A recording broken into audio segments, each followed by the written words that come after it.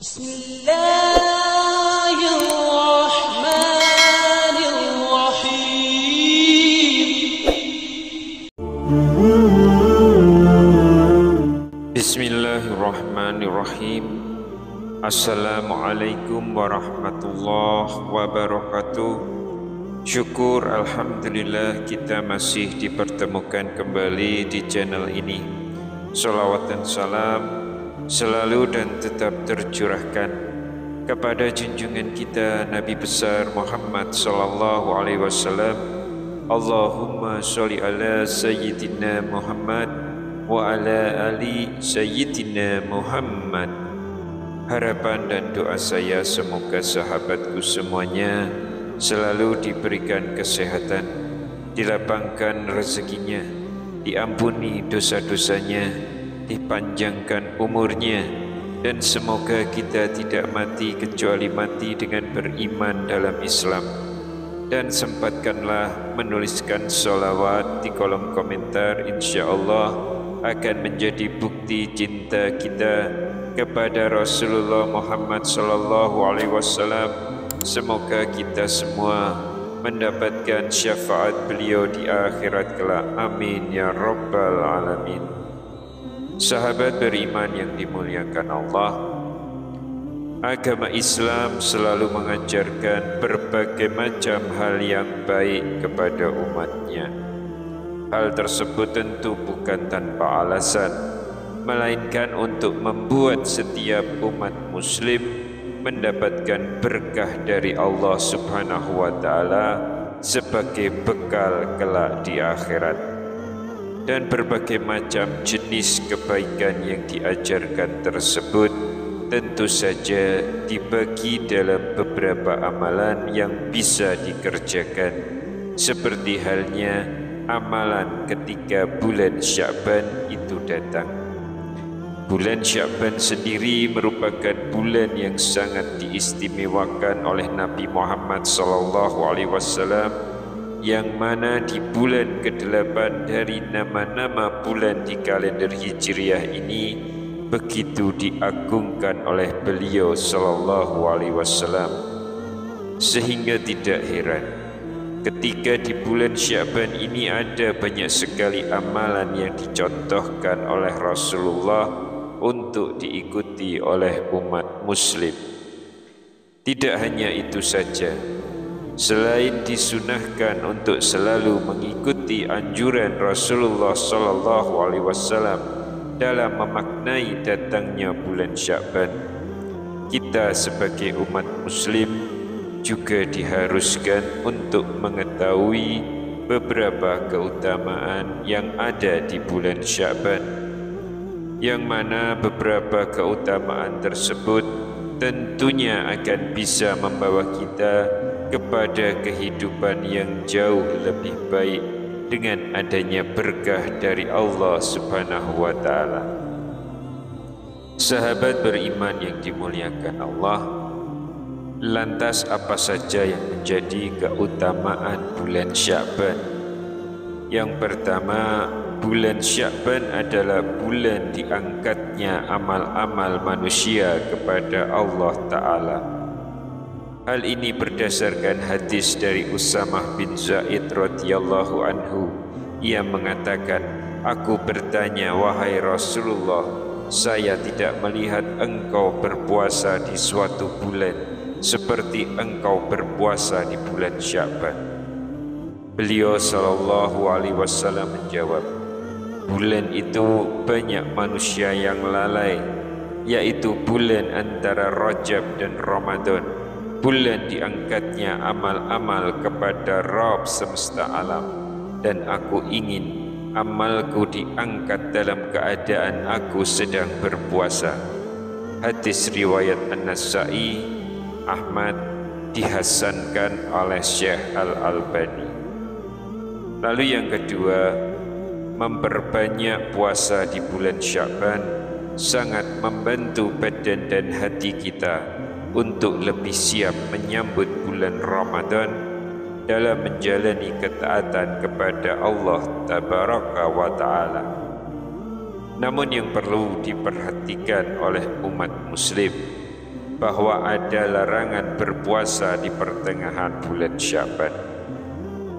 Dari Abu Hurairah radhiyallahu anhu bahwa Rasulullah sallallahu alaihi wasallam bersabda, jika memasuki pertengahan bulan Sya'ban, maka janganlah kalian berpuasa. Hadis riwayat Abu Dawud. Hadis ini hasan sahih. Larangan dalam hadis ini berkaitan dengan orang yang baru mulai puasa dari pertengahan Sya'ban, atau bagi orang yang kalau dia puasa dia akan lemah. Adapun orang yang sudah biasa melakukan puasa sunnah dan dia kuat ketika melaksanakan puasa sunnah tersebut, maka dianjurkan bagi dia puasa dari awal Sya'ban sampai 2 hari menjelang Ramadan. Karena mendahului Ramadan dengan puasa sehari atau 2 hari tidak boleh dengan dasar hadis yang sahih, kecuali bagi orang yang sudah terbiasa berpuasa. Dari Abu Hurairah radhiyallahu anhu bahwasanya Nabi sallallahu alaihi wasallam pernah bersabda, jangan sekali-kali salah seorang di antara kalian mendahului puasa Ramadan dengan melakukan puasa sehari atau 2 hari sebelumnya, kecuali seseorang yang terbiasa berpuasa dan waktu kebiasaan puasanya itu jatuh pada hari itu, maka silahkan dia berpuasa pada hari itu. Hadis riwayat Bukhari dan Muslim. Sanad hadis ini adalah sahih. Lalu yang ketiga, Rasulullah sallallahu alaihi wasallam sering berpuasa di bulan Sya'ban. Hal ini berdasarkan riwayat dari Aisyah radhiyallahu anhuma. Ia berkata, Rasulullah sallallahu alaihi wasallam selalu berpuasa hingga kami mengatakan beliau tidak pernah berbuka, dan pernah beliau senantiasa berbuka hingga kami mengatakan beliau tidak pernah berpuasa. Aisyah radhiyallahu anhuma melanjutkan, aku tidak melihat Rasulullah sallallahu alaihi wasallam menyempurnakan puasa sebulan kecuali Ramadan, dan aku tidak melihat beliau berpuasa lebih banyak dari bulan-bulan yang lain melainkan pada bulan Sya'ban. Dari Abdullah bin Abi Qais bahwasanya dia mendengar Aisyah radhiyallahu anhuma berkata, bulan yang paling disukai Rasulullah sallallahu alaihi wasallam untuk berpuasa adalah bulan Sya'ban. Karena itulah beliau menyambungkan puasa pada bulan itu dengan puasa bulan Ramadan. Hadis riwayat Ahmad. Hadis ini sahih. Yang keempat adalah adanya malam nisfu Sya'ban. Adanya keutamaan di malam nisfu Sya'ban. Hal ini berdasarkan sabda Rasulullah sallallahu alaihi wasallam, Allah tabaraka wa ta'ala melihat kepada makhluknya pada malam nisfu Sya'ban, lalu dia mengampuni seluruh makhluknya kecuali orang musyrik dan orang yang bermusuhan. Syekh Al-Albani rahimahullah berkata, hadis ini sahih, diriwayatkan dari beberapa orang sahabat dengan beragam jalan yang saling menguatkan antara satu dengan lainnya. Dalam hadis yang lain dari Abu Sa'labah radhiyallahu anhu, Nabi sallallahu alaihi wasallam bersabda, apabila sampai malam nisfu Sya'ban, maka Allah melihat kepada para hambanya, lalu dia mengampuni orang-orang yang beriman. Hadis riwayat Al-Baihaqi dengan hasan hadisnya. Dan dalam riwayat dari Abu Musa disebutkan bahwa Rasulullah sallallahu alaihi wasallam bersabda, sesungguhnya Allah Ta'ala melihat kepada makhluknya di malam nisfu Sya'ban dan memberi ampunan bagi orang-orang yang beriman kecuali orang-orang yang musyrik dan orang yang mendengki. Hadis riwayat Ibnu Majah. Hadis ini hasan. Maka ini adalah kesempatan bagi setiap muslim untuk meraih ridho Allah Subhanahu wa Ta'ala dan mengharap masuk surga, yaitu dengan menghilangkan kedengkian antara dirinya dengan orang lain, baik dekat maupun jauh, seperti apabila terjadi dalam keluarganya.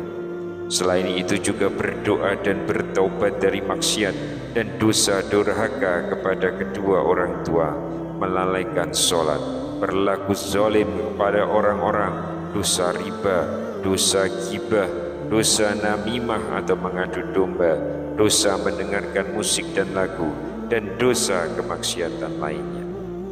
Sahabat beriman yang dimuliakan Allah, yang perlu kami ingatkan adalah bahwa ketika malam nisfu Sya'ban tiba, tidak boleh kita mengkhususkan hari tersebut dengan puasa, sholat, dan semacamnya.